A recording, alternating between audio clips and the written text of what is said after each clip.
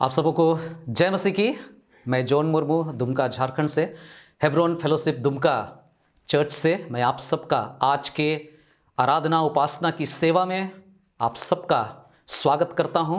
प्रभु यीशु मसीह के नाम में हम सब लोग यहां पर इकट्ठे हो सके हैं। आइए आज के आराधना उपासना की सेवा को हम प्रभु के हाथ में सौंपें। जो भी गीतों को हम गाते हैं, वचन को पढ़ते हैं, उसके द्वारा प्रभु हम सबकी अगुवाई करे। उसके लिए आइए हम परमेश्वर की सहायता को मांगेंगे। आइए हम प्रार्थना करें। अनुग्रहकारी दयालु पिता, इस सुंदर सुबह के समय के लिए जो आपने हम सबको देखने का अवसर दिया, प्रभु इस समय जबकि पूरे देश में हर तरफ बंदी है, लॉकडाउन है, और ऐसी स्थिति में जब हम प्रभु अपने अपने घरों में हैं और इस टेक्नोलॉजी के माध्यम से, इंटरनेट के माध्यम से प्रभु हम ऑनलाइन और फिर ऑफलाइन भी प्रभु हम बहुत तरह के संदेशों को सुन रहे हैं। प्रभु हमारी प्रार्थना है आज जब हम आपके नज़दीक हैं, आपके करीब हैं, प्रभु हम इसे नहीं भूले हैं कि आपकी दया और करुणा हम पर बनी हुई थी, इसलिए प्रभु हमने इस दिन को देखा है। और जब हम आपकी उपस्थिति में हैं, जब हम प्रभु आपकी उपासना करना चाहते हैं, प्रभु जिस तरह आपने कहा कि आप सच्चे आराधकों को ढूंढते हैं, प्रभु हम आत्मा और सच्चाई से आपकी उपस्थिति में प्रभु सच्चे आराधकों की नाई प्रभु हम जैसे हैं उसी स्थिति में आकर आपके सामने अपने जीवन को सौंपते हैं। होने दीजिए आज प्रभु हम आपकी आवाज़ को सुन सकें, आपके स्पर्श को अनुभव कर सकें। ना केवल प्रभु यहाँ पर जो लोग हैं, लेकिन प्रभु जितने भी लोग इस वीडियो के माध्यम से, जो कि शायद भविष्य में लोग देखेंगे, हमारी प्रार्थना है प्रभु आप प्रत्येक को अपने वचन से बहुतायत की आशीष दें। और होने दे प्रभु हमारी आवश्यकताएं, हमारी सारी नीड प्रभु आपके अनुग्रह से आपके समय पर पूरा किया जाए। प्रभु आप ही हमारे साथ हों और आज की आराधना में हमारी अगुवाई करें।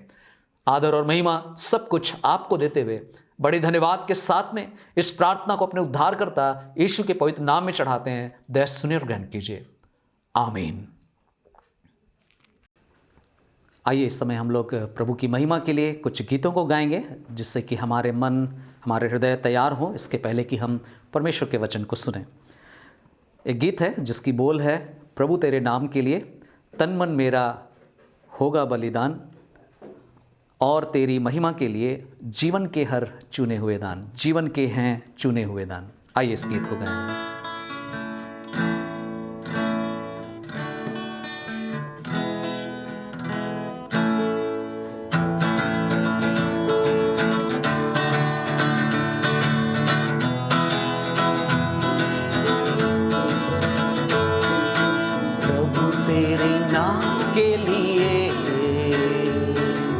तन मन मेरा होगा बलिदान, और तेरी महिमा के लिए जीवन के है चुने हुए दान। प्रभु तेरे नाम के लिए तन मन मेरा होगा बलिदान, और तेरी महिमा के लिए जीवन के हर चुने हुए दान। तू ही मेरे लिए जीवन रोटी है, तेरा ही वचन मेरे लिए मोती है। तू ही मेरे लिए जीवन रोटी है, तेरा ही वचन मेरे लिए मोती है। तेरे जीवन जल से हुआ हूँ भरपूर, तूने जो बहाया उस पर दे के प्राण। प्रभु तेरे नाम के लिए तन मन मेरा होगा बलिदान, और तेरी महिमा के लिए जीवन के हर चुने हुए दान। जीवन पर तेरा बड़ा है उपकार, पापों से मुझे जो मिला है उद्धार। मेरे जीवन पर तेरा बड़ा है उपकार, पापों से मुझे जो मिला है उद्धार। मेरा हृदय तेरा गीत गा रहा है, तूने मेरे जीवन का बदला है विधान। प्रभु तेरे नाम के लिए तन मन मेरा होगा बलिदान, और तेरी महिमा के लिए जीवन के हर चुने हुए दान। मेरी तेरे क्रूस पर दृष्टि जाती है, वही हर दुखों में जी बहलाती है। मेरी तेरे क्रूस पर दृष्टि जाती है, वही हर दुखों में जी बहलाती है। क्रूस की महिमा मेरे जीवन का उद्देश्य, वही मेरे लिए जीवन का निशान। प्रभु तेरे नाम के लिए तन मन मेरा होगा बलिदान, और तेरी महिमा के लिए जीवन के हर चुने हुए दान।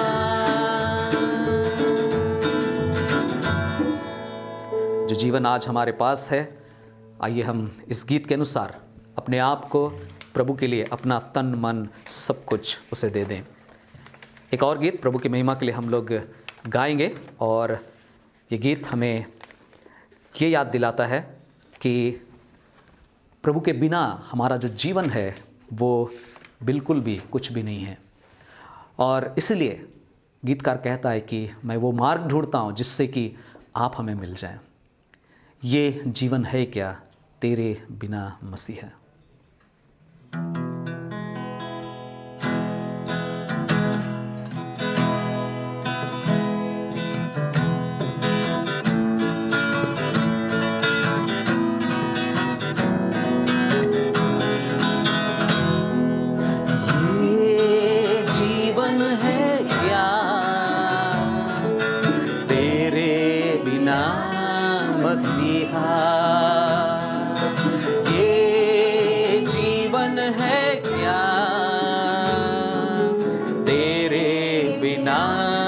मसीहा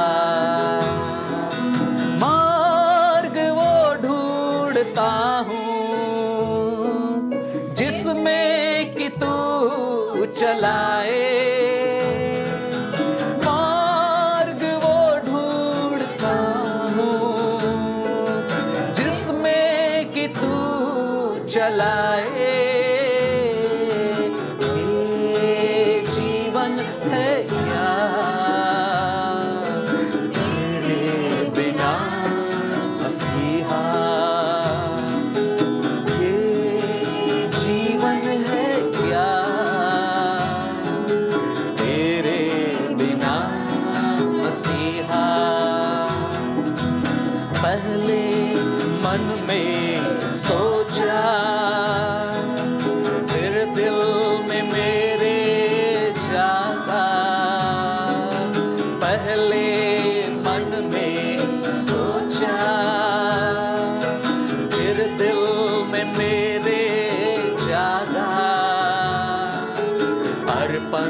मैं करता तुझको जीवन ये मेरा मसीहा। ये जीवन है क्या तेरे बिना मसीहा। ये जीवन है क्या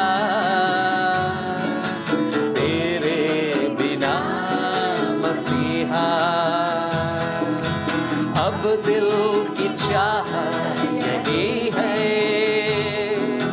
तुझ में ही डूबा रहूं मैं। अब दिल की चाह यही है तुझ में ही डूबा रहूं मैं। मिलता रहे साथ तेरा और कृपा महान। जीवन है क्या तेरे बिना मसीहा,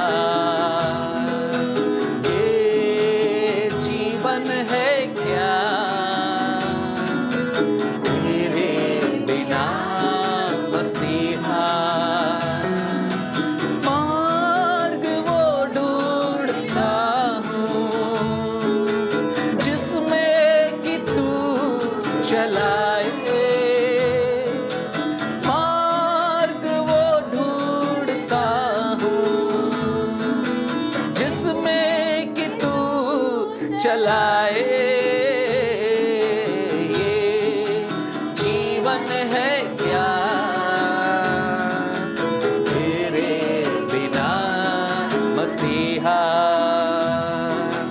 ये जीवन है क्या तेरे बिना मसीहा।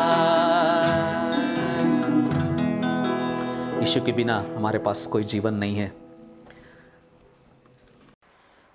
आइए हम परमेश्वर के वचन की ओर अपना ध्यान को केंद्रित करें।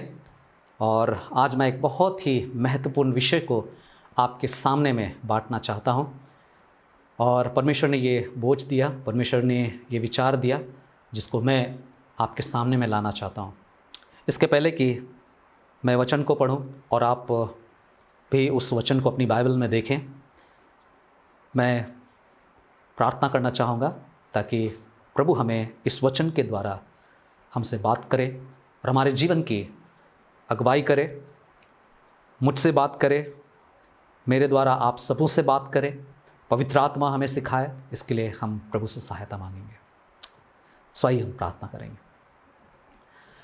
प्रभु, एक बार फिर से आपका धन्यवाद करते हैं इन मधुर गीतों के लिए जो आपने हमें गाने का अवसर दिया, और आपने हमें स्मरण कराया कि कैसे आप हमारे जीवन के हर एक परिस्थितियों में हमारे साथ चलने के लिए, हमारे जीवन में इस बात का एहसास कराए कि आपके बिना हमारा जीवन खाली है।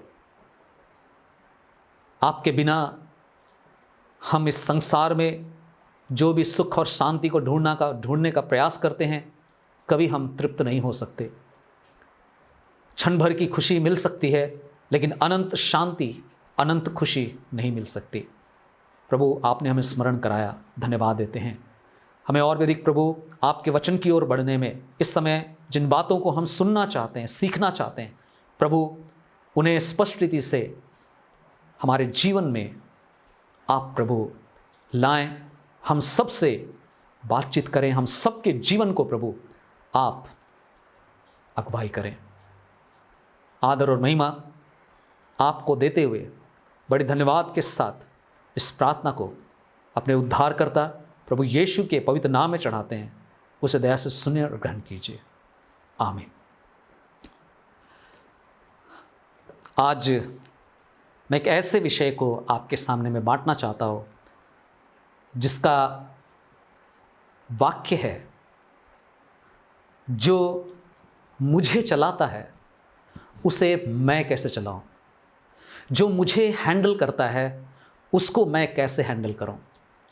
मेरे प्रियो, इस संसार में हम किसी न किसी प्रकार से, किसी न किसी के द्वारा हम चलाए जाते हैं, और हमें चाहे तो परिस्थितियां हैं, चाहे तो ऐसी चीज़ें हैं जो हमें चलाती हैं। हम जो चाहते वो नहीं करते, लेकिन फिर हम उन वस्तुओं के द्वारा, उन परिस्थितियों के द्वारा अक्सर अपने जीवन की जो गाड़ी है उसको हम चलते हुए देखते हैं, और फिर कई बार वो हमें एक ऐसे परिस्थिति में लेकर जाता है जहाँ पर हम बाद में जा कर के सोचते हैं कि काश ऐसा हुआ रहता। छोटी सी एक कहानी मैं आपको बताना चाहूँगा और उसके बाद आप और स्पष्ट रीति से समझ सकेंगे। एक जवान व्यक्ति था और वो नया नया प्रभु से प्रेम करना सीखा था, और बड़ी प्रार्थना के बाद उसने अपने जीवन में अपने लिए एक ऐसा जीवन साथी को प्राप्त किया। उसकी शादी हुई, फिर उसका एक बहुत प्यारा सा बेटा हुआ, और कुछ ही समय के बाद, लगभग साल भर या सवा साल जैसे हुए थे, उनके पास एक बेटा था जो एकदम नन्हा सा, बालक सा, छोटा सा, अभी वो जस्ट बढ़ ही रहा था। और ऐसे समय में अचानक से उनके परिवार में एक त्रासदी आई, एक मुश्किल आई। एक ऐसी बीमारी माँ को, उस बालक के माँ को, इस जवान के पत्नी को एक ऐसी बीमारी आ गई जिस बीमारी के कारण वो टिक नहीं पाए। बहुत जगहों पर दिखाया गया। अंत में बहुत लंबे समय तक इलाज करते करते लगभग शादी के 2.5-3 साल के भीतर में उसकी मृत्यु हो गई। उस नन्हे से बालक की मां की मृत्यु हो गई। जो बच्चा था वो लगभग साल भर या सवा साल का हुआ होगा, और उसकी मां उसे छोड़ दी। और जब ऐसी परिस्थिति आई तो ये जवान चिंतित हो गया, क्योंकि ये जवान मजदूरी करके अपने परिवार का भरण पोषण करता था। जरूर प्रभु से प्रेम था, लेकिन वो परिश्रम करके, मेहनत करके परिवार को एक अच्छा जीवन देना चाहता था। लेकिन इतना बड़ा झटका उसके जीवन में लगा, अब उसे समझ में नहीं आ रहा था कि वो क्या करे। और तब किसी ने उसे बताया कि आप ऐसे कैसे संभालोगे, इस छोटे से बालक को कैसे संभालोगे? एक काम करो, तुम इस बच्चे को किसी अनाथालय में पहुंचा दो, कम से कम वहां कुछ तो फिक्र होगा, कुछ तो उसकी जरूरतें पूरी हो जाएंगी, और तुम फिर ध्यान लगाकर अपना काम कर सकोगे। और तब उसने सोचा, मैं चाहता तो नहीं हूं, लेकिन क्या करूं, परिस्थिति ऐसी है, मुझे ये करना पड़ेगा। और फिर उसने अपने उस सवा साल या 1.5 साल के बेटे को, इकलौता बेटा था, उसे उसने ले जाकर एक ऐसे ऑर्फनेज में रख दिया जहाँ पर ऐसे छोटे बच्चों को रखा जाता था। और उसके बाद ये जवान अब क्या करे, वो गांव से निकलकर शहर की ओर चला गया ताकि वहाँ कोई काम कर सके, वहाँ कोई मजदूरी कर सके। और उनका विश्वास एकदम नया नया था, इसलिए जीवन की बहुत सारे अनुभव उनके पास नहीं थे। ये जवान जब शहर गया, वहाँ पर काम करने लगा, और काफ़ी समय तक उसे कोई काम नहीं मिला, क्योंकि शहर में रहने का मतलब है शहर के जो शिक्षित लोग हैं उसके स्तर पर आपकी भी शिक्षा होनी चाहिए। बहुत काम ढूंढने के बाद एक जगह पर उसे काम मिला, जहाँ पर उसे एक बड़े से भवन में झाड़ू पोछा करने का काम था, साफ सफाई करने का काम था। और वहाँ पर उन्हें कोई तनख्वाह नहीं मिलती थी, लेकिन बस खाने भर के लिए उन्हें मिल जाता था। एक तरफ ये जवान जो कि अभी अभी अपनी पत्नी को खोया है, वो संघर्ष कर रहा है, दूसरी ओर उसके मन में चिंता है, मेरा बेटा कैसा रह रहा होगा, वहाँ पर किस दशा में होगा। करते करते लगभग साल भर बीत गए काम करते हुए, और बार बार बाप को अपने बेटे की याद आती रही। लगभग साल भर के बीतने के बाद एक ऐसी घटना फिर से हुई इसके जीवन में जो उसे झकझोर दिया। वो बेटा जो ऑर्फनेज में था, वहाँ पर उसे चिकन पॉक्स हो गया, चेचक हो गया। और वो चेचक इतना भयंकर था कि एक तंदुरुस्त बच्चे को पूरी तरह से कमज़ोर कर दिया, एकदम पतला हो गया, हड्डी वगैरह दिखने लगे। ऐसा लग रहा था कि अब वो मर जाएगा। उन दिनों में मोबाइल का ज़माना नहीं था, उन दिनों में अंतर्देशीय पत्र को लिखा जाता था, पोस्ट कार्ड में पत्र लिखा जाता था। तब एक दिन की बात है जब उस ऑर्फनेज से ये खबर आया कि आपका बेटा बहुत सीरियस है, आप इसे ले जाएंगे और इलाज कराएंगे तो अच्छा रहेगा, क्योंकि हमारे पास इतना ज़्यादा इलाज में खर्च करने के लिए इतने धन नहीं है। और तब जो जवान था, इधर उसके पास नौकरी नहीं है, दूसरी ओर अपने बेटे को इस दुर्दशा में देखकर उसे समझ में कुछ नहीं आ रहा था। ना चाहते हुए भी वो जहाँ वो कार्य कर रहा था वहाँ से निकलकर वो उस ऑर्फनेज की ओर चल पड़ा। और करीब रात भर की यात्रा थी, वो वहाँ पहुँचा और अपने बेटे को लेकर वहाँ से निकल आया और वापस अपने गांव आ गया, ये सोचकर कि कोई बात नहीं है, हम यहीं रहेंगे, जो कुछ भी होगा प्रभु संभाल लेगा। और इस उम्मीद से वो आए और जब यहाँ रहन सहन यहाँ रहने लगे, कोई फर्क नहीं पड़ा। हाँ, जरूर लंबे समय के बाद उस बच्चे का जो बीमारी था उससे उसको राहत मिली, लेकिन अब भी उसके पास कोई काम नहीं था। और इस जवान की इच्छा थी कि मैं 5वें और 6ठे क्लास तक ही पढ़ाई किया हूं, लेकिन अपने बेटे को मैं काफ़ी ऊंचाई तक मैं देखना चाहता हूं।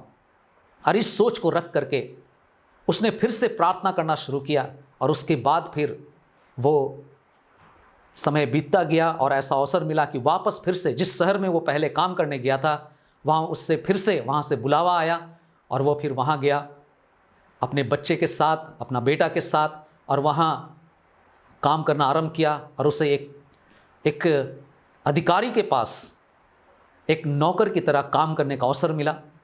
और वो काम करते करते उसके स्वभाव से, उसके व्यवहार से उसे एक सरकारी नौकरी, सरकारी जॉब भी उसे मिल गया और फिर वो आगे बढ़ता चला गया।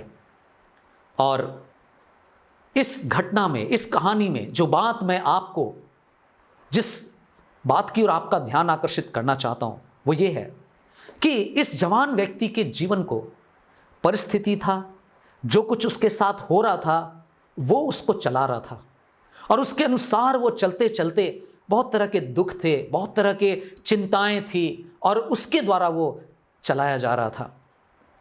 आज जिस वचन को हम देखना चाहते हैं, मत्ती रचित सुसमाचार उसके 11 अध्याय उसके 28 पद को जब हम देखते हैं तो यहाँ पर प्रभु यीशु मसीह कहते हैं, हे सब थके और बोझ से दबे लोगों, मेरे पास आओ, मैं तुम्हें विश्राम दूंगा।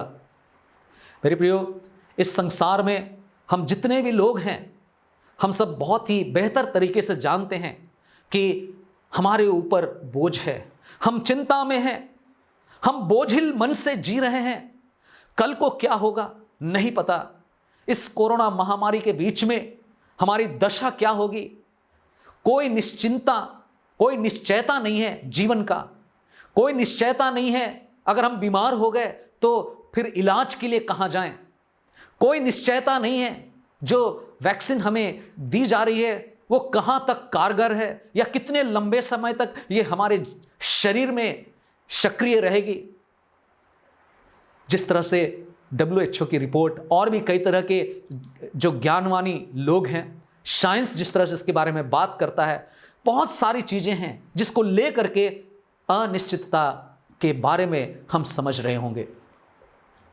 इन दिनों में शायद आप जरूर देख रहे होंगे, बहुत सारे लोग बीते सप्ताह, बीते महीना इस संसार से चले गए। मैंने भी अपने पिता को बीते महीने इस संसार से प्रभु के पास जाते हुए देखा। और ऐसे समय में जब हम इन परिस्थितियों को देखते हैं, एक तरह का थकान, एक तरह का बोझ, एक तरह की परेशानी जो हम सबके ऊपर में पाई जाती है। और ऐसे समय में हमें इस संसार में कैसे समझना है, कई बार ये चीजें हमारे जीवन की अगुवाई करती है। बहुत सारे संसारिक इंफॉर्मेशन, बहुत तरह के जो नकारात्मक बातें हैं जो कि हमारे जीवन को और अधिक दबाए चली जा रही है। हम बोझिल होते चले जा रहे हैं, हम थक जा रहे हैं एक ही बात को बार बार सुनते हुए। कई बार हमारे चारों ओर जो परिस्थितियां हैं वो कई बार हम स्वयं इतना ज्यादा डिप्रेशन में चले जा रहे हैं जहां पर हम निश्चित रूप से समझ सकते हैं कि हमें विश्राम की आवश्यकता है। मेरे प्रियो, क्या इस संसार में ये सारी बीमारी, ये सारी परेशानियां नहीं होंगी? परमेश्वर का वचन क्या कहता है? परमेश्वर ने, जिसने हम मनुष्यों को बनाया, इस संसार में जीवन को जीने का अधिकार दिया, प्रभुता करने का अधिकार दिया। वो वचन क्या कहता है? जब हम अय्यूब की पुस्तक उसका 14 अध्याय उसके 1 पद को पढ़ते हैं, वहां लिखता है, मनुष्य जो स्त्री से उत्पन्न होता है वह थोड़े दिनों का और दुख से भरा होता है। मनुष्य का जो जीवन है, जो जन्म लिया है, उसका जीवन थोड़े ही दिनों का है। इस दुनिया में ऐसे मत रहिए कि आप जीवन भर रहेंगे। अगर आपको बीमारी नहीं भी है, महामारी के चपेट में आप नहीं भी आएंगे, तो भी याद रखिए, हम मनुष्य का जो जीवन है इस पृथ्वी पर का, वो थोड़े ही दिनों का है। और वो जो थोड़े से दिन हमें मिल रहे हैं, 80 साल, 90 साल, 100 साल, आजकल तो 25 से 45 साल के उम्र के लोग भी इस बीमारी के कारण उसके आगे नहीं जी पा रहे हैं। वहीं तक उनका जीवन है, थोड़े दिनों का है और दुख से भरा होता है। हम माने या ना माने, लेकिन हमारा जीवन दुख से भरा होता है। वचन कहता है, परमेश्वर ने स्पष्ट रीति से प्रकट किया था। अय्यूब उसका 5 अध्याय उसके 7 पद को देखेंगे तो वहां पर कहता है, मनुष्य दुख भोगने के लिए ही उत्पन्न हुआ है।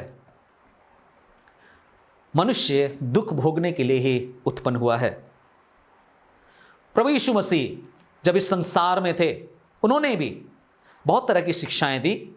उन्होंने आश्वासन दिया कि मैं तुम्हारे साथ रहूंगा, मैं तुम्हारी चिंता करूंगा। उन्होंने लोगों को चंगा किया और भी तरह तरह के अद्भुत कार्य किए, जिससे कि मनुष्य के जीवन की जो आवश्यकताएं हैं वो पूरी हो, मनुष्य का जो बोझ है वो हट जाए। अंधों को उसने देखने की शक्ति प्रदान किए और उसके बावजूद भी इस मनुष्य के, इस संसार में रहने वाले मनुष्यों के जीवन के बारे में क्या कहा? अपने चेलों से बात कर रहे थे और उनके साथ साथ जितने भी लोग वहां पर सुनने वाले थे, प्रत्येक से बात कर रहे थे और कह रहे थे, संसार में तुम्हें क्लेश होता है,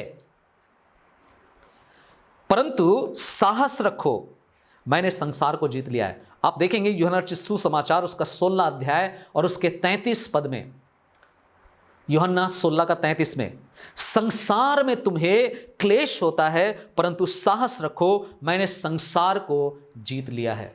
कैसे जीत लिया? प्रभु यीशु मसीह को भी क्लेश आया।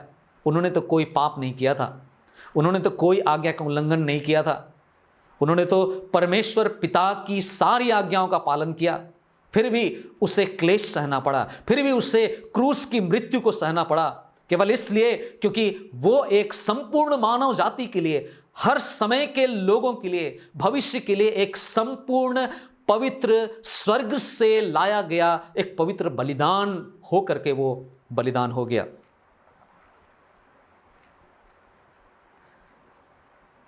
जब हम इस एक पद को पढ़ते हैं जहां प्रभु यीशु मसीह ने कहा, हे सब थके और बोझ से दबे लोगों, मेरे पास आओ, मैं तुम्हें विश्राम दूंगा। जब प्रभु यीशु मसीह ने यह बात कहा तो प्रभु यीशु मसीह कुछ बातों को सिखाना चाहते हैं, हमें याद दिलाना चाहते हैं, हमें यह बताना चाहते हैं कि हम जब बोझ से दबे हुए हों, हम जब कई तरह की विपरीत परिस्थितियों में पड़कर चिंतित हों, थक गए हों, तो ऐसे समय में हमें क्या करना चाहिए? ऐसे समय में हमें क्या करना चाहिए? 3 बहुत ही महत्वपूर्ण बात को हम जल्दी से यहां देखेंगे। पहली बात, जब हम बोझ से दबे हो, जब हम थके हुए हो, जब हमारे जीवन में चीजें हमें चला रही हो, हमें हैंडल कर रही हो, उस समय में पहली चीज जो हमें करना है, अपने बोझ को सही स्थान पर ले जाएं, अपने बोझ को सही स्थान पर ले जाएं।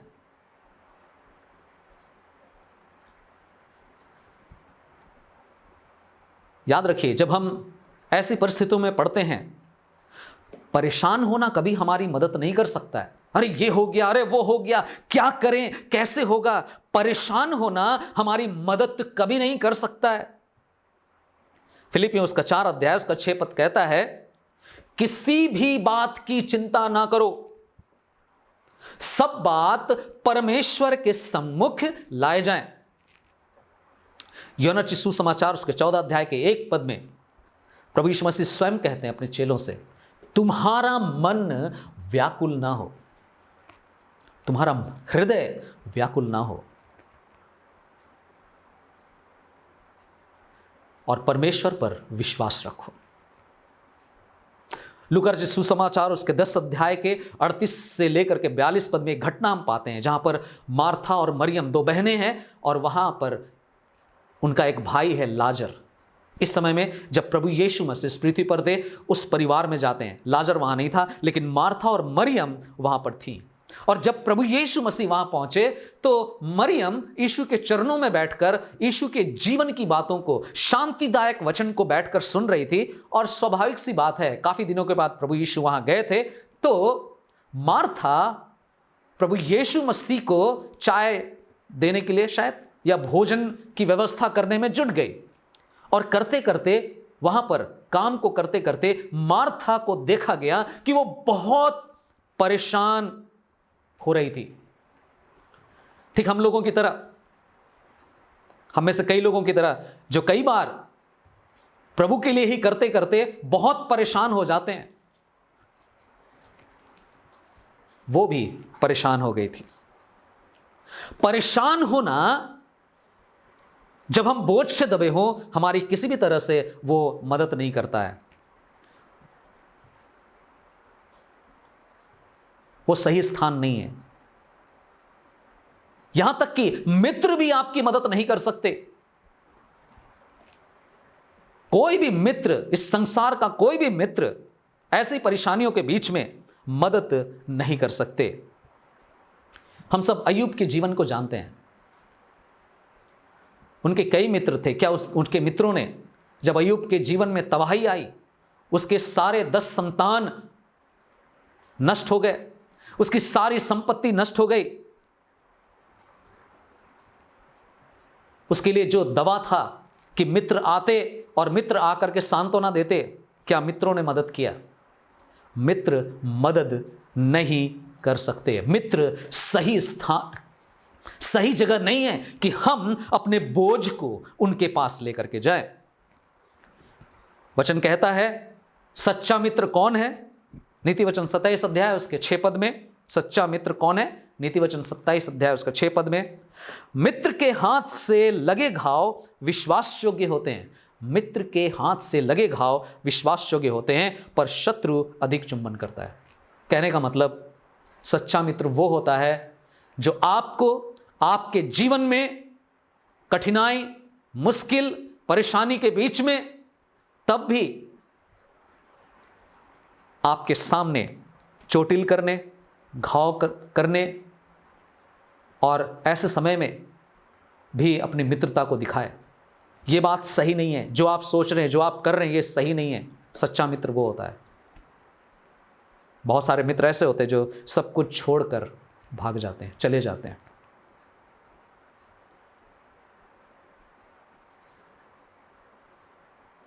मित्र मदद नहीं कर सकते। ना केवल इतना, लेकिन भागने से भी इसका समाधान नहीं है। मतलब जो बोझ है, जो समस्या है, उस समस्या को देखकर अरे चलो यहां से हट जाते हैं, समाधान नहीं है। समस्या से आप बच नहीं सकते। समस्या से ना तो आप बच सकते हैं, और ना ही आप समस्या को छोड़कर भाग सकते हैं। कई बार कई लोगों की आदत है,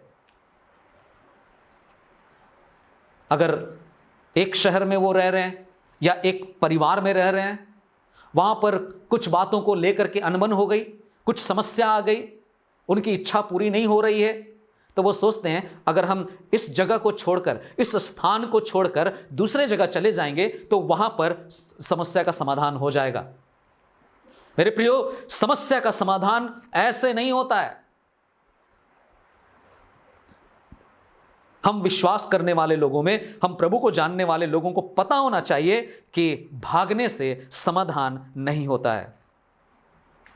याद रखिए, याकूब की पत्री में परमेश्वर का वचन हमें एक बहुत ही महत्वपूर्ण शिक्षा देता है। याकूब 1 अध्याय उसके 13 पद में लिखा है, परमेश्वर बुरी बातों से किसी की परीक्षा नहीं करता है। अर्थात क्या है? अगर हम विश्वासी हैं, प्रभु को जानते हैं, तो याद रखिए, हमारे जीवन में जो भी परीक्षा है, हमारे जीवन में जो भी बीमारी है, हमारे जीवन में जो भी परेशानी है, इन दिनों में हमारे जीवन में जो महामारी का घेराव है हमारे जीवन में, याद रखिए, ये परमेश्वर की ओर से आपके लिए नहीं है कि आप उसके द्वारा नाश हो जाएं। जरूर हम इस बात से इनकार नहीं करते हैं कि इस बीमारी के द्वारा, महामारी के द्वारा कई लोग इस संसार से चल बसे। उसके कई एक कारण हैं क्यों चले गए। अगर उसके डीप में जाएंगे, बहुत सारी बातें हैं जो हम कर सकते हैं, लेकिन अंततः परमेश्वर का सब चीजों पर नियंत्रण है। कुछ चीजों को परमेश्वर होने देता है, कुछ चीजें जो शायद मनुष्य के खुद की लापरवाही के कारण, और कई बार परमेश्वर उनके जीवन का समय, अगर प्रभु पर विश्वास करते हैं तब भी वो इस संसार को छोड़कर जाते हैं, तो ये परमेश्वर का एक निर्धारित समय है और निर्धारित कारण है कि इसी के द्वारा ही इस संसार से कूच करके आपको जाना है। तो कहने का मतलब यह है, बुरी बातों से परमेश्वर किसी की परीक्षा नहीं लेता है। इसका मतलब हमें उस परिस्थिति का सामना करना होगा और पूछना होगा कि प्रभु, ये हमारे जीवन में जो बोझ है, जो दर्द है, हमारे परिवार में जो ये तंगी और मुसीबत है, इसके पीछे आपका उद्देश्य क्या है? भागने से समाधान नहीं है। कहने का मतलब, अपने बोझ को अगर हम सोचते हैं सही स्थान ये होगा कि हम वहां भाग जाएं वहां से, वो सही स्थान नहीं है।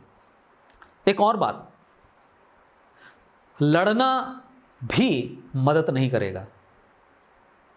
लड़ना मतलब फाइट करेंगे, देख लेंगे क्या होता है।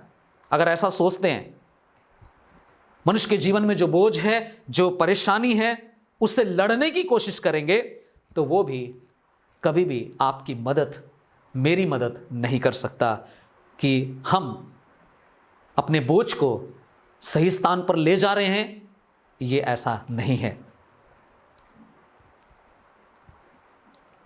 याद रखिए, जो कुछ परमेश्वर ने आपके लिए तय किया है, अगर परमेश्वर ने आपको परीक्षा में डालकर आपको, आपके विश्वास को दृढ़ करने के बारे में सोचा है, तो याद रखिए, आप उससे लड़कर आप उसका विरोध कर रहे हैं, परमेश्वर का विरोध कर रहे हैं। परमेश्वर का आपके जीवन के स्तर को और अधिक परिपक्व करने के मार्ग में आप बाधा ला रहे हैं। परमेश्वर के द्वारा ठहराए गए, निर्धारित किए गए उन योजनाओं में, जिसमें महामारी भी हो सकती है, जिसमें बीमारी भी हो सकता है, जिसमें आप किसी प्रियजन को खोएंगे, यह भी हो सकता है, और शायद आप आज सुरक्षित हों, लेकिन हो सकता है आप ये सोच रहे हैं कि कहीं हमको ना हो जाए, इसलिए तमाम अपनी कोशिश कर रहे हैं। हाँ, परमेश्वर पर भरोसा नहीं कर रहे, अपने प्रयास कर रहे हैं। याद रखिए, परमेश्वर ने जो निर्धारित किया है आपके लिए, आपके साथ होगा। क्या आप परमेश्वर पर भरोसा करते हैं? क्या आप परमेश्वर पर निर्भर होते हैं? या फिर आप लड़ रहे हैं अपने दिमाग से, अपने बुद्धि से, या लोग जो बता रहे हैं, जो सूचनाएं आप पा रहे हैं, उससे आप लड़ रहे हैं? बहुत सारे लोग होते हैं जो लड़ना पसंद करते हैं। याद रखिए, अगर आप विश्वासी हैं, मैं फिर से याद दिला रहा हूं, यदि आप प्रभु को जानते हैं, आप जानते हैं कि अगर प्रभु ने आपको जीवन दिया है, आप बचाए गए हैं, और जब तक आप बचे रहेंगे, जब तक आपके पास इस पृथ्वी पर जीवन है, तो वो जीवन केवल और केवल प्रभु की इच्छा के लिए व्यतीत हो रहा है। और ऐसे में अगर आप लड़ रहे हैं, इसका मतलब आप परमेश्वर की योजना का विरोध कर रहे हैं। अंत में सही जगह क्या होगा? केवल पिता मदद करेगा, क्योंकि वो प्रभु यीशु मसीह क्या बोलते हैं? हे सब थके और बोझ से दबे हुए लोगों, आओ। निमंत्रण देते हैं, बुलाते हैं, जो जरूरत में हैं उनको बुलाते हैं। इब्रानियों 4 अध्याय 16 पद कहता है कि यीशु हमें आवश्यकता के समय हमारी सहायता करता है। वो ऐसा महायाजक है जो हम जब आवश्यकता में रहते हैं वो हमारी सहायता करता है। लूका 12 अध्याय उसके 32 पद में हम पाते हैं कि कैसे प्रभु यीशु मसीह भेड़ से प्यार करता और फिक्र करता है, उसकी चिंता करता है, उससे प्रेम करता है। याद रखिए, पिता होने के कारण आप उसके संतान हैं, आप उसके बेटे और बेटियां हैं, उसे आपके बारे में मालूम है कि आपको इस समय में क्या चाहिए, इस समय में आप कैसा महसूस कर रहे हैं। ये परमेश्वर पिता जो आपका पिता है जानता है। वो हमारा चरवाहा है। भजन संहिता 23 अध्याय उसके 1 से 6 पद को हम कभी ना भूलें। इन सारे परिस्थितियों के बीच में याद रखें, यहोवा मेरा चरवाहा है, मुझे कुछ घटी ना होगी। वह मुझे हरी हरी चरागाहों में ले जाता है, सुखदाई जल के झरने के पास वो हमें ले जाता, ताकि हमारी प्यास वो बुझा सके। और जानते हैं उसके आगे क्या कहता है?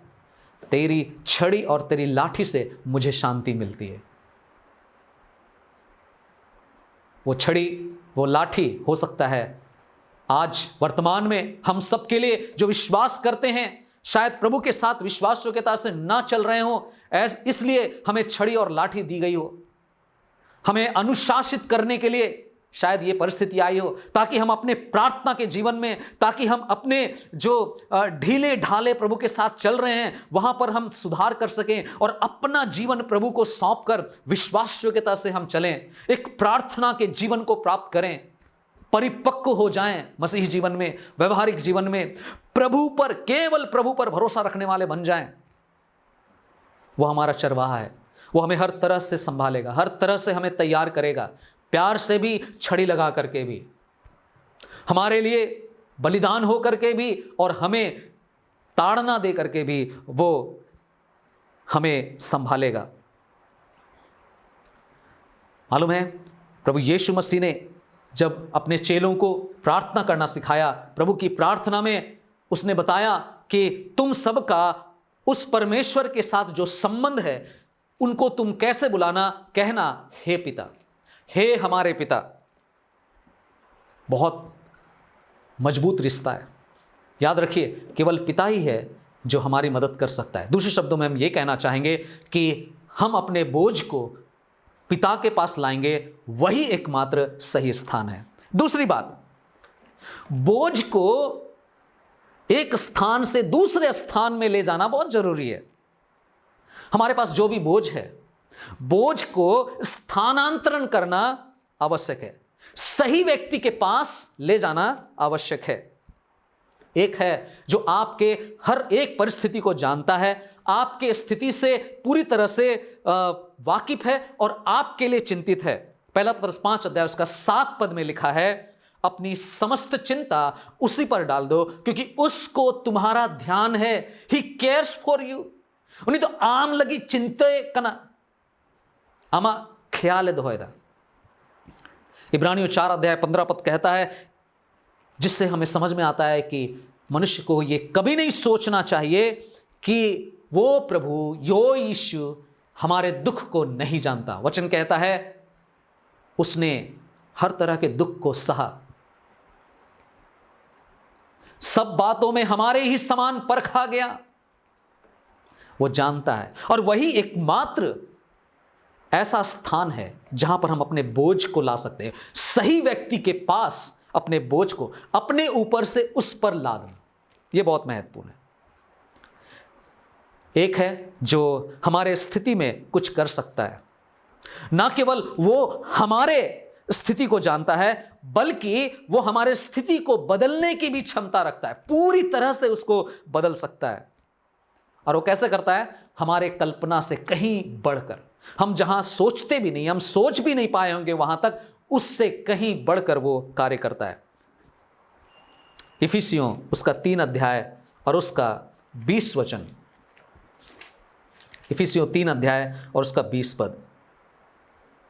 अब जो ऐसा सामर्थी है, उस सामर्थ के अनुसार जो हम में क्रियाशील है, कि हमारी विनती और कल्पना से कहीं अधिक बढ़कर कार्य करता है। कैसे कार्य करता है? हमारी कल्पना से कहीं अधिक, हमारी विनती से कहीं अधिक बढ़कर कार्य करता है। ऐसे समय में हम कैसे उस पर भरोसा करते हैं? बीमारी में, हर तरह के बोझ से दबे हुए हैं, थके हुए हैं, हम कैसे उसके पास जाते हैं? याद रखिए, वो हमारी विनती से बढ़कर कार्य करने की इच्छा रखता है, हमारी कल्पना से बढ़कर वो कार्य करने की क्षमता रखता है और चाहता है कार्य करने के लिए।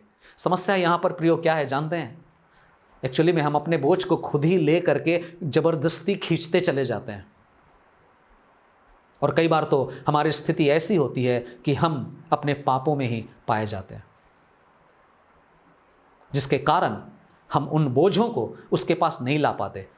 सोचते हैं कैसे होगा, लेकिन प्रभु यीशु मसीह प्रतिज्ञा करते हैं, उसका वचन हमें याद दिलाता है कि वो हमारी कल्पनाओं से बढ़कर कार्य करने वाला है। ना केवल अपने बोझ को सही व्यक्ति के पास स्थानांतरण करना है, बल्कि याद रखिए एक और भी बहुत महत्वपूर्ण बात है जो इस पद से हमें पता चलता है, वो ये है, जहां पर सही उपाय हो, जहां पर सही तरह से हमारे लिए प्रबंध हो सके, उसके पास अपने बोझ को लेकर के जाना है। यह लगभग एक ही तरह के विचार लगेंगे आपको, लेकिन परमेश्वर का वचन कुछ उदाहरण है जो हमें याद दिलाते हैं।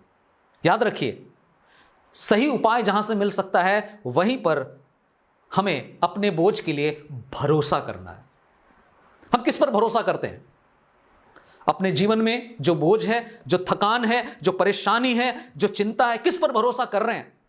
कुछ लोग भरोसा कर रहे होंगे इन दिनों में जो महामारी चल रही है उसमें, कुछ लोग भरोसा कर रहे हैं उस वैक्सीन पर। लेकिन आप जान रहे हैं इस वैक्सीन के बारे में कितना अधिक हम जान रहे हैं, या कितना अधिक इसकी गारंटी है? मैंने तो सुना कुछ लोग हमारे गांव के लगभग 8-10 किलोमीटर के पास इस वैक्सीन को लेने के बाद 2 दिन, 3 दिन, 4 दिन में अनेकों लोग गुजर गए। जरूर बहुत सारे लोगों के शरीर में ये वैक्सीन काम कर रहा है, या फिर उसको लेने के बाद वो लोग अब भी स्वस्थ हैं, जीवित हैं, लेकिन कितना प्रतिशत तक? कई बार हमारा भरोसा है क्वारंटाइन पर। हम कहीं से आए, हम इतने दिन अगर अपने आप को अलग रखेंगे तब हमें कुछ नहीं होगा, हमारे परिवार को कुछ नहीं होगा। क्या सही जगह पर हमारा भरोसा है? हमारी सोच, लोग जो बता रहे हैं, जो सूचना हमें मिल रहा है, उसके आधार पर हम भरोसा करने की कोशिश कर रहे हैं, लेकिन क्या उससे और बेहतर जगह नहीं है? हम विश्वासियों के लिए, प्रभु के जानने वाले लोगों के लिए, क्या उससे कोई बेहतर जगह नहीं है? एक उदाहरण आपको याद दिलाना चाहूंगा। उन दिनों में जब प्रभु यीशु मसीह सेवा कर रहे थे, तो एक रोग था जो बहुत भयंकर रोग था, कुछ इसी तरीके का, जिसको बोला जाता था कुष्ठ रोग। आज तो बहुत आम बात हो गया है ये, लेकिन उस जमाने में लगभग 2000 साल पहले जो कोढ़ का रोग था, जो कुष्ठ रोग था, बहुत भयंकर बीमारी थी। आज के ठीक इस प्रकार के कोरोना महामारी के जैसे बीमारी थी। क्यों पता चलता है ऐसा कि ये बहुत भयंकर बीमारी थी? क्योंकि जिसको कुष्ठ रोग हो जाता था उसको गांव में, समाज में, शहर में रहने की इजाजत नहीं थी। शहर से कई किलोमीटर दूर बाहर उसको रहना होता है, अकेले उसको रहना है। जब कभी भी किसी चीज की जरूरत पड़े तो उसको अपने पूरे शरीर को ढककर जो शहर या गांव का जो बीच का रास्ता होता है उसमें आकर के बार बार बोलते रहना है कि मैं अशुद्ध हूं, अशुद्ध अशुद्ध अशुद्ध अशुद्ध। मालूम है, जब प्रभु यीशु मसीह इस पृथ्वी पर सेवा कर रहे थे, प्रभु यीशु मसीह ने कुष्ठ रोगियों को हाथ बढ़ाकर उन्हें छुआ, क्योंकि उस यीशु को परमेश्वर पर भरोसा था। वो यीशु को पता था इसको छूने से परमेश्वर की सामर्थ्य इस पर आएगी, ना कि उसका प्रभाव हम पर आएगा। याद रखिए, केवल यीशु, केवल परमेश्वर ही है जो अंततः सबसे बड़ा, सबसे भरोसे करने लायक स्थान है, भरोसा करने लायक जगह है, जहां पर हम अपने किसी भी बोझ को लेकर के जा सकते हैं। कभी कभी परमेश्वर हमारे बोझ को हटा देता है। एक घटना हम लोग पहला राजा उसके 17वां अध्याय में पाते हैं। सारपत की विधवा थी और उसका बेटा था। उस जगह पर एलिया ने, क्योंकि परमेश्वर की आज्ञा के अनुसार कहा कि इतने वर्षों तक बारिश नहीं होगी, कोई अनाज नहीं होगा, और वास्तव में ऐसा ही हुआ और उस देश में अकाल पड़ा। और तब एलिया जब सारपत की विधवा के पास जाता है, वहाँ पर उनके पास भी कोई भोजन वस्तु नहीं था, लेकिन जब वो वहाँ पहुँचता है और कहता है कि जा मेरे लिए एक रोटी बना कर ला, वो सारपत की विधवा कहती है मैं और मेरा बेटा हम दो ही हैं और इस समय मैं लकड़ी बीन रही हूँ, मैं जाऊँगी बनाऊँगी और हम तो उसी रोटी को खा करके इसके बाद हमारे पास कुछ नहीं रह जाएगा, हम खाने के बाद मरने ही वाले हैं। लेकिन एलिया ने जब कहा कि जा तू बना और देख, जब तक इस देश में अकाल रहेगा तेरा ना तो आटा कम होगा ना तो तेरा तेल कम होगा, कुप्पी में जो तेरा तेल है वो भी कम नहीं होगा, वो भी नहीं घटेगा। और सचमुच में जब वो बनाती है और अपना सब कुछ दे देती है, और वहाँ देखा जाता है कि वहाँ पर जो उस सारपत की विधवा का एक बोझ था कि अब हमारा क्या होगा, परमेश्वर ने उसको बोझ को पूरी तरह से हटा दिया। कभी कभी ऐसा भी होता है कि वो परमेश्वर हमारे बोझ को हल्का करता है। कभी कभी वो हमें बोझ को ढोने देता है।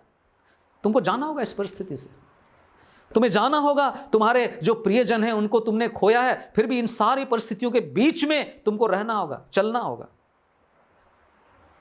और ऐसे समय में वो छोड़ नहीं देता है, बल्कि वो अनुग्रह प्रदान करता है कि हम ऐसी परिस्थितियों को सह सकें, क्षमता देता है।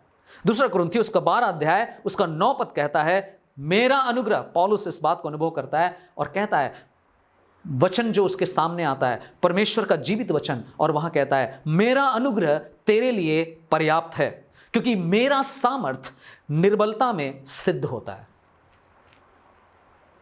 मेरे प्रियो, कई बार इन वचनों को मैंने आपके सामने रखा है।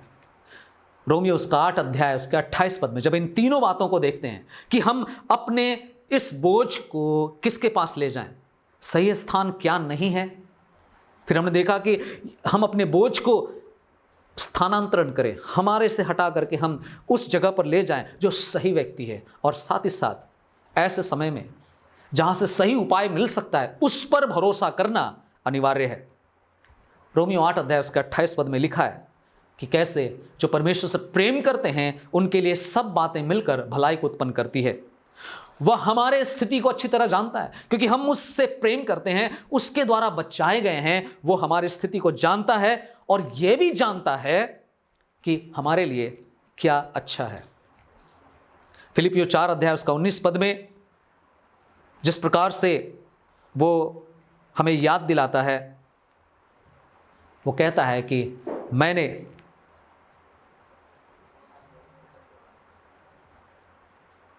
तुम्हारी जो जरूरत है उसको पूरी करने की इच्छा रखी है।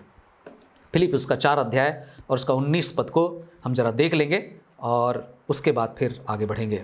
फिलिपियों 4 अध्याय उसका 19 वचन। मेरा परमेश्वर भी अपने उस धन के अनुसार जो महिमा सहित मसीह यीशु में है तुम्हारी प्रत्येक आवश्यकता पूरी करेगा, प्रत्येक आवश्यकता पूरी करेगा। याद रखिए, वो परमेश्वर आज भी यहोवा यीरे परमेश्वर है। जब परमेश्वर ने इब्राहिम से अपने पुत्र को मांगा और इब्राहिम मोरिया पहाड़ पर गया उसे बलिदान चढ़ाने के लिए, वहाँ पर जिस तरह से परमेश्वर ने उसका प्रबंध किया, इब्राहिम ने अपने पुत्र को बलिदान करने की जगह उसके लिए एक मेढ़ा का प्रबंध हुआ। और जिस तरह से उपाय हुआ, इब्राहिम कहता है, वचन में लिखा है, इब्राहिम ने उस स्थान का नाम रखा यहोवा यिरे। इब्राहिम ने उस स्थान का नाम यहोवा यिरे रखा।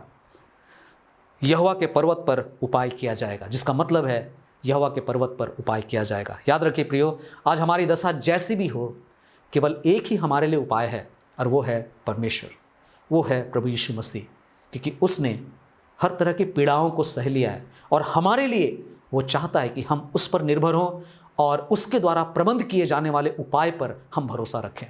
मेरे प्रियो, आज हम किस पर भरोसा रख रहे हैं? प्रभु चाहता है कि हम आज उस यहोवा पर भरोसा रखें, उसका जीवन, उसका वचन हमारे जीवन पर अधिकार करे और उसके लिए हम आगे बढ़ने पाएँ।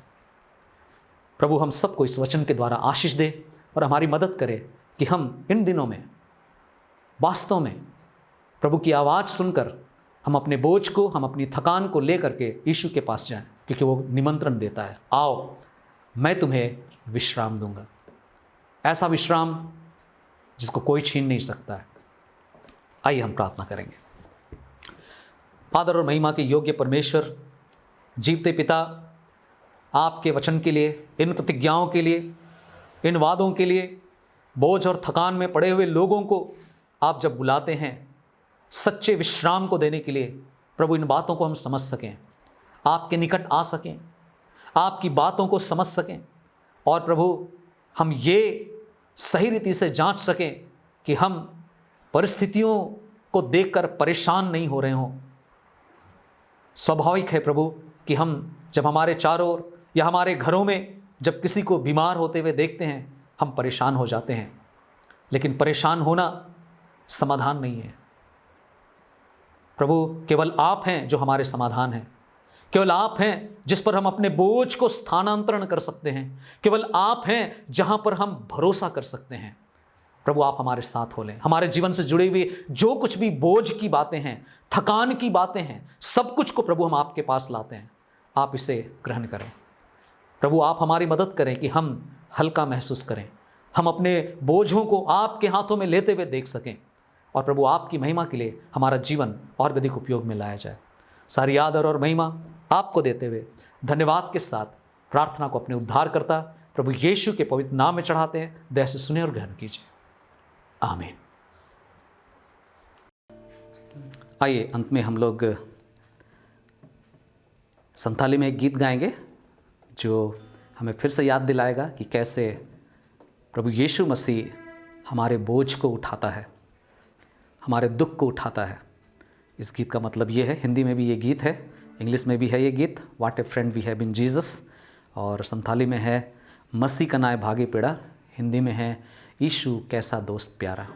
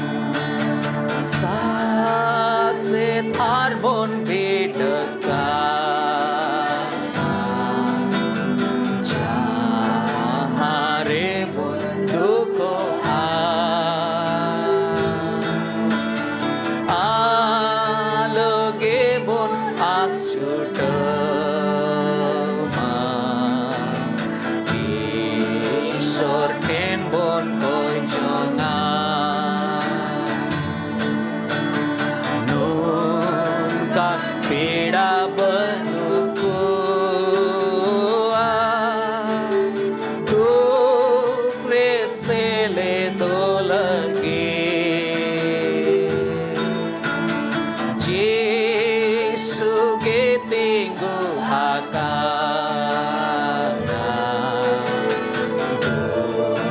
tabon marau lagi langga aletin akana hamal ay kapana Jisu amge mapancari aten le jalakana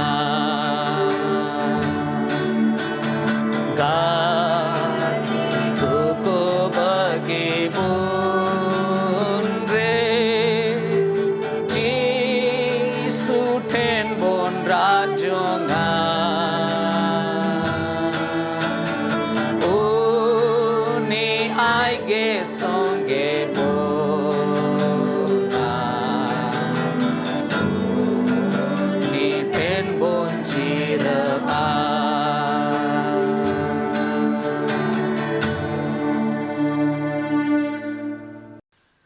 प्रभु का धन्यवाद हो इस सुंदर गीत के लिए। इस गीत के शब्द जो मैंने जैसे शुरू में कहा, प्रभु यीशु मसीह ही हमारा सबसे अच्छा दोस्त है। मसीह कान गए अबोरन गाती दो, अबोरन पीड़ा दो, कोई दो गुणों दाड़े बुना। हमारे दुख में, हमारे परिस्थितियों में, विपरीत परिस्थितियों में वही हमें संभालता है। आइए हम अंतिम प्रार्थना की ओर आगे बढ़ें और अपने आप को प्रभु के हाथों में सौंपें। इसके पहले कि हम दोबारा फिर से मिलेंगे, जहाँ कहीं भी हम पाए जाएं, प्रभु हमें संभाले, हमारी अगुवाई करे। आइए हम प्रार्थना करें। आदर और महिमा पाने के योग्य परमेश्वर, एक बार फिर से प्रभु इस आराधना उपासना की सारी सेवाओं में आपने सहायता किया, उसके लिए आपको हृदय से धन्यवाद देते हैं। प्रभु धन्यवाद देते हैं कि आप हमारे चिंता करने वाले परमेश्वर हैं, हमारे बोझ को उठाने वाले परमेश्वर हैं और आप हमें बुलाते हैं। और प्रभु आपने हमारी मदद की है कि प्रभु इन वचनों के द्वारा हम फिर से एक बार याद दिलाए गए कि कैसे हमें आपके लिए जीवन बिताना है, कैसे हमें इस संसार में जब हम प्रभु अपने जो भी साप्ताहिक अपने घरेलू कार्यों को करेंगे, कई तरह की बातों में हम इन्वॉल्व रहेंगे, प्रभु आप ही हमारे साथ होकर हमारी सहायता करें। हमारे बच्चों पर, हमारे प्रत्येक रिश्तेदारों पर, जो दूर में, पास में, अलग अलग जगहों पर हैं, सब पर दया कीजिए। जो लोग बीमार और अस्वस्थ हैं, उन सबको भी प्रभु आपके हाथों में सौंपते हैं। कितने लोगों ने प्रभु बीते सप्ताह में, बीते महीने में अपने प्रियजनों को खोया। प्रभु हमारी प्रार्थना है उनके चले जाने से उन परिवारों में जो कमी है उसकी भरपूरी आप करें। आप ही प्रभु सारा जो कुछ भी आवश्यकता है उनके जीवन की सब कुछ पूरा करें। और हृदय प्रभु की जो आपकी जीवित आशा है उसमें हम बने रह करके आपके द्वितीय आगमन की बाट जोहते रहें। प्रभु सारी याद और महिमा आपको देना चाहते हैं। इन भेंटों के लिए जो हम सब ने अर्पण किया है, इसे भी हम आपके सन्मुख लाते हैं। इसे आशीषित करें, चाहे घरों में या फिर यहाँ पर दिया गया है। आप इन सब पर प्रभु अपनी बड़ी आशीष को दें और इसके द्वारा प्रभु अपने राज्य की बढ़ोतरी के लिए इसका उपयोग होने दें। प्रभु हमारे प्रत्येक की आवश्यकता, प्रत्येक के घरों की जो भंडार हैं, उसको भी सदा आप भरपूर रखें। प्रभु हमें और भी अधिक अपने निकटता में बनाए रखें। आदर और महिमा सब कुछ आपको देते हुए बड़े धन्यवाद के साथ इस प्रार्थना को यीशु के नाम में चढ़ाते हैं। दया सुनिए और ग्रहण कीजिए। आमीन। अब हमारे प्रभु यीशु मसीह का अनुग्रह, पिता परमेश्वर का प्रेम और पवित्र आत्मा की सहभागिता हम सबों के साथ अब से लेकर युगानुयुग तक होती रहे। आमीन। सबों को जय मसीह की। आप सब अच्छे से रहिए, स्वस्थ रहिए और कोशिश कीजिए ज़्यादा घर में रहें। अगर कोई काम ना हो तो बाहर ना निकलें और प्रभु आपके साथ रहे और आपको सुरक्षा प्रदान करे। जय मसीह की।